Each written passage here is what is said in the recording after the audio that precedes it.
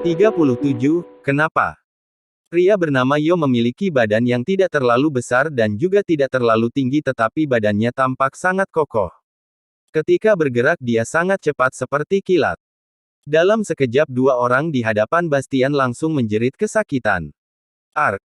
Kedua orang itu memegang sebelah tangannya yang sudah terputus dan mengeluarkan darah yang deras sambil meringis kesakitan. Tanganku. Beraninya kamu memotong tanganku. Ucap seorang pria berbadan besar dan berkepala botak. Memangnya kenapa? Kamu mau kupotong tanganmu yang lainnya lagi? Tanya Yo dengan tenang.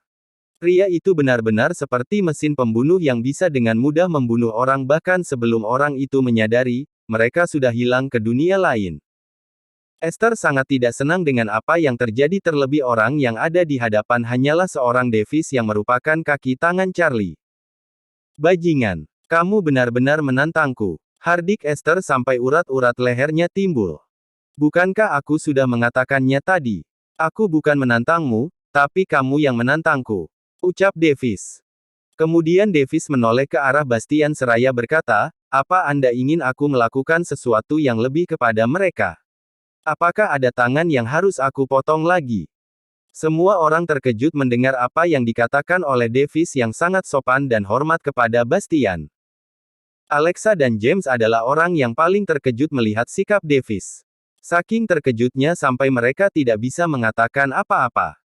Mereka berdua baru pertama kali melihat pemandangan mengerikan seperti yang baru saja terjadi. Walaupun Alexa tidak melihat secara langsung, tapi darah dan teriakan dua orang pria yang begitu lirih, cukup membuat bulu kuduknya berdiri. James melihat dengan sangat jelas apa yang terjadi, bagaimana Yo dengan cepat memotong tangan kedua pria itu dengan pisau kecil yang ada di tangannya tanpa terlihat kesusahan sedikit pun seperti sedang memotong daging steak yang empuk. Pria itu kemudian tanpa sadar bergerak mundur. Karena saking paniknya dia tidak bisa mengendalikan keseimbangan tubuhnya dan terjatuh.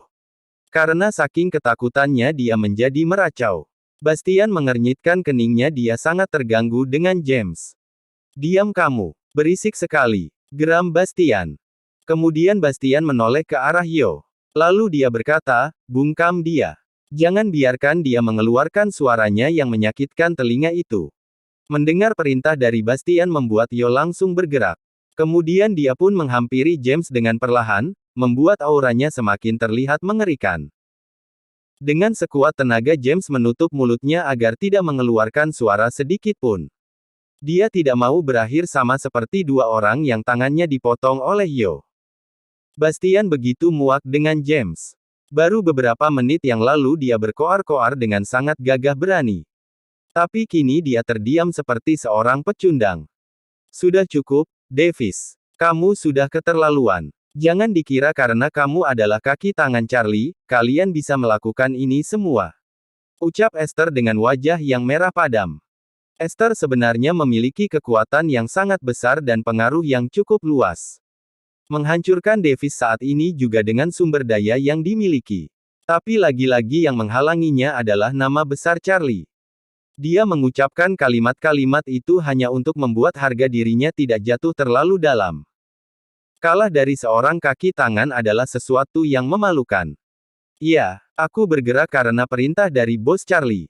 Jadi aku bisa melakukan ini atas nama Bos Charlie, ucap Davis. Lantas, ada hubungan apa antara Charlie dengan orang itu? Kenapa dia sampai mau melawanku hanya karena seorang anak muda seperti dia? Tanya Esther seraya menunjuk ke arah Bastian. Mendengar pertanyaan dari Esther membuat Bastian menjadi was-was karena dia takut kalau Davis membongkar identitas di sini, di hadapan istrinya. Kamu ingin tahu alasannya? Yang pasti Pak Bastian bukanlah orang sembarangan. Dia memiliki kekuatan tak terbatas, jawab Davis, menggambang dan penuh misteri. Hal ini setidaknya membuat Bastian menjadi tenang karena identitasnya tidak dibongkar secara menyeluruh oleh Davis. Esther mengepalkan kedua telapak tangannya dengan sangat keras. Dia ingin meluapkan amarahnya tetapi tidak bisa dia melakukannya di sini. Ayo kita pergi dari sini. Esther mengajak seluruh anak buahnya untuk pergi meninggalkan restoran Riverside itu dengan harga diri yang tergores. Percuma baginya tetap berada di sana karena dia tidak bisa melakukan apapun. Berurusan dengan Charlie sama saja mencari mati. Setelah beberapa saat Alexa akhirnya bergerak. Yang pertama dilakukan adalah melepaskan genggaman tangan Bastian di lengannya yang terasa sangat kuat dan menyakitkan. Bastian, sebenarnya apa yang kamu inginkan? Untuk apa kamu melakukan ini semua? Memanggil orang itu, tanya Alexa yang sadar kalau kerjasamanya dengan Esther sudah tidak bisa dilakukan lagi. Pikirannya yang sedang kalut dan kejadian tadi yang sangat cepat membuat Alexa tidak bisa mencerna apa yang terjadi seutuhnya dengan baik. Apa kamu sadar seberapa bahayanya hari ini? Apa pernah kamu memikirkan akibatnya jika kamu masuk ke dalam restoran itu? Apa kamu nggak ingat dengan kejadian Red Light Club? Apa kamu mau semua itu terulang kembali? Tanya Bastian. Sebuah pertanyaan yang dibalas dengan pertanyaan. Bastian kemudian mendorong Alexa ke mobilnya dan menempelkan tubuh wanita itu ke mobil. Apakah kamu sudah tahu siapa James itu, tapi kamu masih saja mau bertemu dengan dia di sebuah restoran yang sudah tutup dan di larut malam seperti ini? Bukankah kamu menikah denganku karena ingin menghindari kejaran James? Kenapa kamu sekarang malah seolah-olah menyerahkan dirimu kepada dia? Sebelum kamu bertanya tindakanku tadi, harusnya kamu bertanya pada dirimu sendiri terlebih dahulu. Ucap Bastian dengan suara yang dinyatakan sedemikian rupa sehingga hanya mereka berdua yang bisa mendengarnya. Jika karena dia tidak mencintai Alexa, dia tidak akan pernah melakukan ini. Dia biarkan saja istrinya itu untuk bertemu dengan pria lain dan melakukan apapun yang dia suka. Terus apa yang harus aku lakukan? Perusahaan Winata Sentosa sedang berada di ujung tanduk. Jika aku tidak mendapatkan investor, perusahaan akan gulung tikar. Hanya dengan ini jalan yang bisa menyelamatkan perusahaan, kata Alexa. Semua yang dilakukan oleh Alexa murni untuk menyelamatkan perusahaan dari kebangkrutan. Dia sadar kalau dia telah melakukan keputusan besar untuk membatalkan kerjasama dengan perusahaan Mondih Branchen, maka dari itu dia harus secepatnya mendapatkan pengganti agar perusahaan tetap bisa berjalan dan dia tidak salahkan orang seluruh anggota keluarga. Perusahaan Mondih Branchen sudah memilih perusahaan Winata Sentosa untuk bekerja sama memasarkan produk mereka seperti yang kamu inginkan. Tapi kamu dengan bodohnya malah merobek kontrak kerjasama itu dan memilih untuk bertemu dengan orang-orang bajingan seperti mereka. Geram Bastian. Malam ini, Bastian sedikit berubah sikapnya kepada Alexa. Dia menjadi lebih tegas dan juga belak-belakan kepada istrinya itu. Semua itu dilakukan untuk menyadarkan seorang istri agar di kemudian hari dia bisa berpikir lebih, sebelum memutuskan sebuah tindakan. Kamu mempertanyakan kenapa aku melakukan itu. Bagaimana mungkin seorang wanita bisa menahan emosinya ketika menyadari kalau suaminya telah berselingkuh? Mana mungkin aku bisa terus menjalin kerjasama dengan perusahaan yang dipimpin olehmu, seseorang yang sudah mengkhianatiku? Pekik Alexa. Itu semua hanya gosip. Itu hanya fitnah. Bastian balas meneriaki Alexa. Alexa mengangguk-anggukkan kepalanya. Beberapa perkataan siap dia lontarkan, namun dia memilih untuk mencarinya terlebih dahulu dengan menahan mulutnya. Kalau begitu, cepat beritahu aku kenapa kamu bisa menjadi penanggung jawab proyek, kamu bukanlah orang yang memiliki pendidikan tinggi. Dengan apa kamu bisa menjadi penanggung jawab proyek hanya dengan bekerja di tempat itu selama kurang dari 1 bulan? Dan jelaskan kenapa Laura bisa menjadi asisten pribadimu di saat masih banyak wanita lain yang lebih kompeten dan terlebih Laura tidak memiliki basic sebagai seorang asisten pribadi. Tanya Alexa dengan suara bergetar dan mata yang melotot. Bersambung. 38, selamatkan aku. Bastian benar-benar tidak mampu mengatakan yang sebenarnya terjadi. Bagaimanapun dirinya belum sepenuhnya menjadi pewaris harta kekayaan keluarga Dominic. Memang benar kalau Seksio Dominic tidak memiliki anak. Tapi dia memiliki keluarga yang lain yang berasal dari adik papanya. Tentu jika saat ini dia mengatakan kalau dia adalah pewaris keluarga Dominic dan langsung tersebar ke seantero dunia, itu akan sangat berbahaya sekali bagi irinya dan juga Alexa. Bastian mengetahui itu dari percakapan telepon kedua antara dirinya dengan Charlie yang pada saat itu dia menyuruh Bastian untuk pergi ke GMI Bank. Terlebih, istrinya itu tidak akan percaya kalau sampai dia menceritakan yang terjadi sebenarnya karena ini semua seperti mimpi.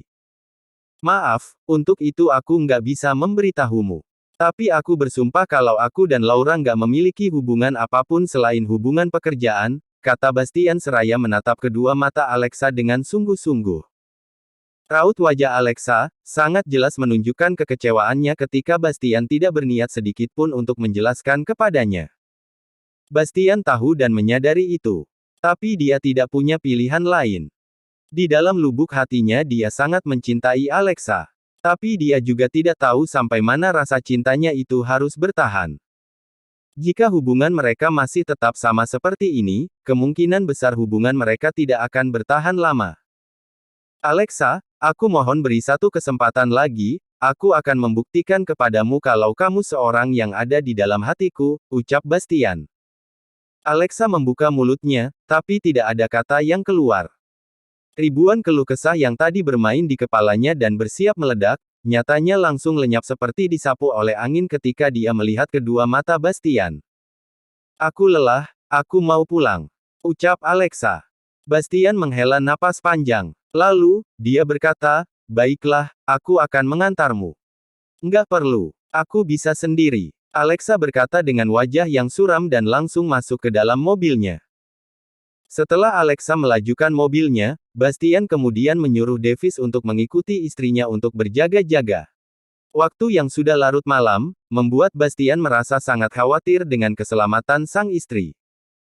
Aku minta tolong kepadamu untuk ikutin istriku. Jaga dia sampai depan rumahnya.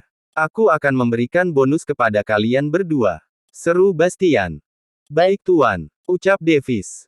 Kini Davis dan Yo langsung bergegas mengejar mobil Alexa untuk mengawalnya. Davis menatap James dengan tatapan yang sangat keji. Lalu, dia naik ke atas motornya dan ulang ke panti asuhan. Esther kembali ke rumahnya dengan penuh amarah. Dia sama sekali tidak bisa menerima apa yang baru saja terjadi. Dipermalukan oleh seorang Davis dan seorang bocah yang entah dari mana asalnya, Bastian. Esther menyandarkan badannya di sofa dan menunjuk ke arah anak buahnya yang berbadan sedang dengan wajah yang dipenuhi lubang bekas jerawat. Dia adalah Albi. Albi, cari tahu siapa bocah itu. Setelah dapat, langsung kabari aku, seru Bastian. Baik, Bos Esther, ucap Albi. Aku harus mengetahui siapa dia sebenarnya sebelum aku membalas dendam padanya. Harga diriku sudah diinjak-injak, maka aku harus membuat dia membayar harganya. Ucap Esther, penuh dendam. Setelah itu, Albi masih diam saja di hadapan Esther dan bukannya langsung bergerak. Esther kemudian mengernyitkan keningnya seraya bertanya, kenapa kamu diam saja? Kamu nggak mau menjalankan perintahku? Mau aku pecat? Albi menggeleng dengan sangat keras. Lalu dia berkata, bukan seperti itu, bos. Tapi aku mau mengabarkan kalau Jeremy akan kembali seminggu lagi. Aku baru mendapat kabarnya. Sontak saja raut wajah Esther berubah ceria. Dia sangat senang dengan kabar itu. Jeremy adalah seorang petarung level A sekaligus pembunuh bayaran yang biasa disewa oleh orang-orang kaya untuk menyingkirkan rekan bisnis mereka. Pria itu sangat kejam dan tidak pernah memberikan ampunan kepada orang yang sudah berurusan dengannya. Bagus sekali. Waktunya sangat pas. Dengan begitu, Bastian akan lenyap tanpa bekas. Aku pun nggak perlu membuat pembelaan kepada Charlie, kata Esther. Keesokan hari.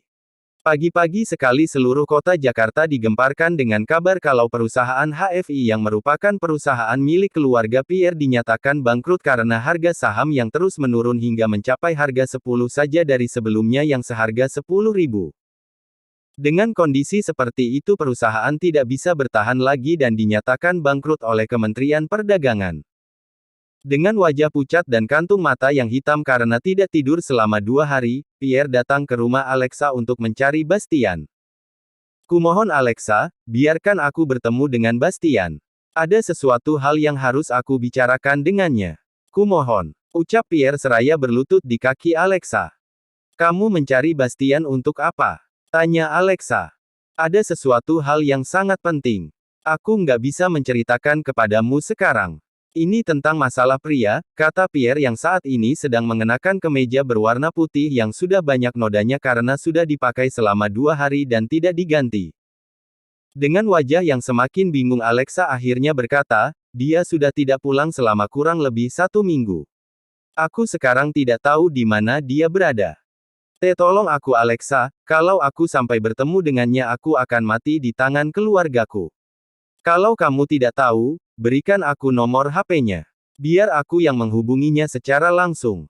Kumohon. Pierre, kamu mohon, seperti dia sedang berada di depan Algojo yang akan menembak kepalanya dalam beberapa menit lagi. Tentu saja Alexa menjadi iba dengan pria itu walau dia tidak pernah bertemu sebelumnya dengan pria itu. Dia hanya tahu dari majalah bisnis yang pernah memuat tentang biodata Pierre sebagai seorang pebisnis muda potensial. Baiklah, aku akan memberikannya, tapi kamu tenang dulu. Sekarang kamu duduk di kursi, biar aku menuliskan nomor ponselnya, kata Alexa. Pierre menganggukkan kepalanya. Dia berusaha bangkit namun tampak kesulitan karena seluruh tubuhnya gemetaran. Setelah duduk, dia mengeluarkan ponselnya dan menyerahkan kepada Alexa. Dengan cepat wanita itu langsung mengetik nomor ponsel Pierre dan memberikannya kembali kepada pria itu. Itu dia nomor HP-nya. Aku harap kamu menghubungi dia untuk sesuatu yang penting dan tidak untuk yang macam-macam. Ucap Alexa. Pierre menghilangkan kepalanya dengan keras, aku nggak akan menghubungi dia untuk yang macam-macam. Ini sangat penting sekali. Terima kasih atas kebaikanmu. Aku akan membalasnya suatu hari nanti. Ucap Pierre membungkukkan badannya. Persetan baginya saat ini tentang harga diri. Yang penting adalah dia selamat dan perusahaannya bisa kembali bangkit. Setelah pergi dari rumah Alexa dan keluar dari perumahan itu, Pierre menepikan mobilnya dan langsung menghubungi Bastian. Dia harus mencoba sampai 3 kali baru dijawab oleh Bastian. Halo, ini siapa? Tanya Bastian.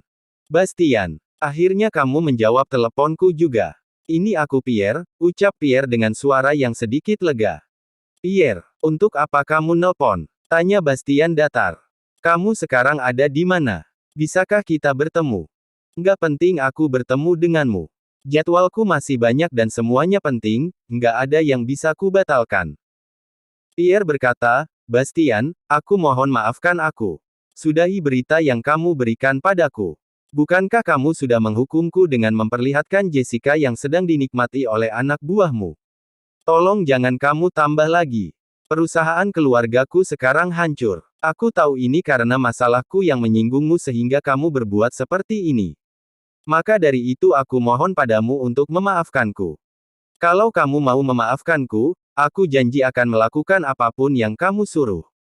Aku akan menjadi pengikutmu. Tolong selamatkan hidupku. Mohon Pierre. Bersambung.